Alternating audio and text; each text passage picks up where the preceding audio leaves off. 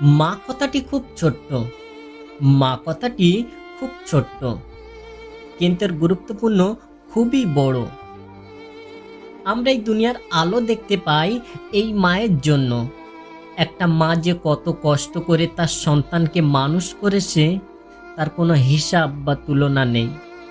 দীর্ঘ 10 মাস 10 দিন গর্ভে থেকে একটি সন্তান ভূমিষ্ঠ হয়। একটা মা অনেক কষ্ট করে সেই সন্তানকে পেটের মধ্যে লালন করে। এসব অনেক কিছু বুঝতে পারলাম যখন আমার স্ত্রীর সন্তান গর্ভে ধারণ করে। আমাদের কোল জুড়ে একটা সন্তান, তাকে আমরা মানুষ করতে থাকলাম। ওহো, সে কত কষ্ট একমাত্র শুধু বাবা মাই বোঝে।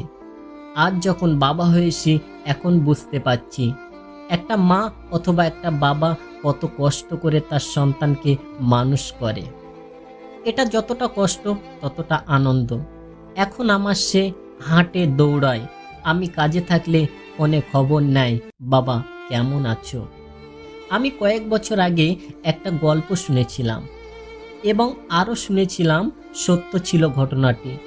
সম্ভবত মধ্যপ্রাচ্য কোনো এক দেশে এক স্বামীহারা মহিলা তার সন্তানকে অনেক কষ্টে মানুষ করেছে। ছেলেটি দিনে দিনে বড় হয়, স্কুলে পড়ে, কলেজে পড়ে। এভাবে একদিন অনেক বড় বিজ্ঞান হয়। স্কুলে পড়া অবস্থায় মা প্রতিদিন তাকে স্কুলে নিয়ে আসতো। মহিলাটির একটি চোখ ছিল অন্ধ, সে এক চোখে দেখত। স্কুলের অন্যান্য ছাত্রছাত্রীরা সেই ছেলেটিকে বিরক্ত করত যে তার মা দেখতে অসুন্দর বলে। এরপর ছেলেটি খুব লজ্জা করত। মা যাতে স্কুলে না আসে ছেলেটি তাই চাইতো। এভাবে ধীরে ধীরে মায়ের প্রতি ছেলেটির ঘৃণা জন্মাতে থাকে। কালে কালে তার রূপাকার ধারণ করে। এর কয়েকদিন পর ছেলেটি বিদেশে চলে যায় চাকরির সন্ধানে। মায়ের সাথে কোনো যোগাযোগ রাখে না।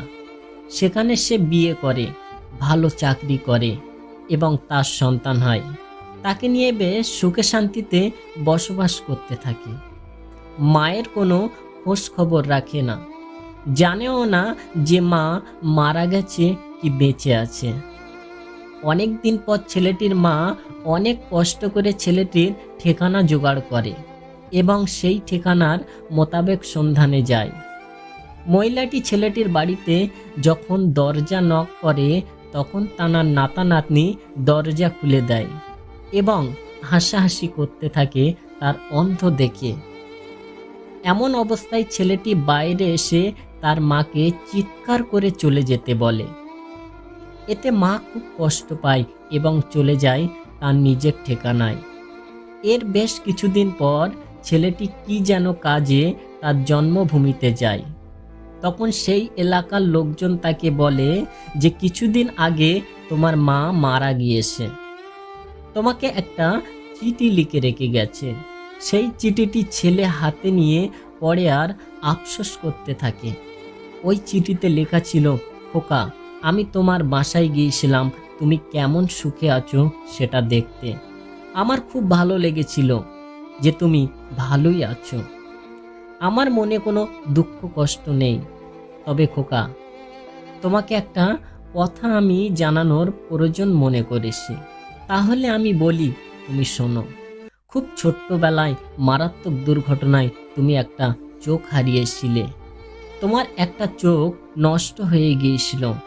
আমি আমার একটা চোখ দিয়ে দেই তোমাকে। আমার ভাবতে খুব ভালো লাগছে যে আমার একটা চোখ দিয়ে তুমি এই সুন্দর পৃথিবী দেখতে পাচ্ছ, উপভোগ করছো। এটাই আমার আনন্দ।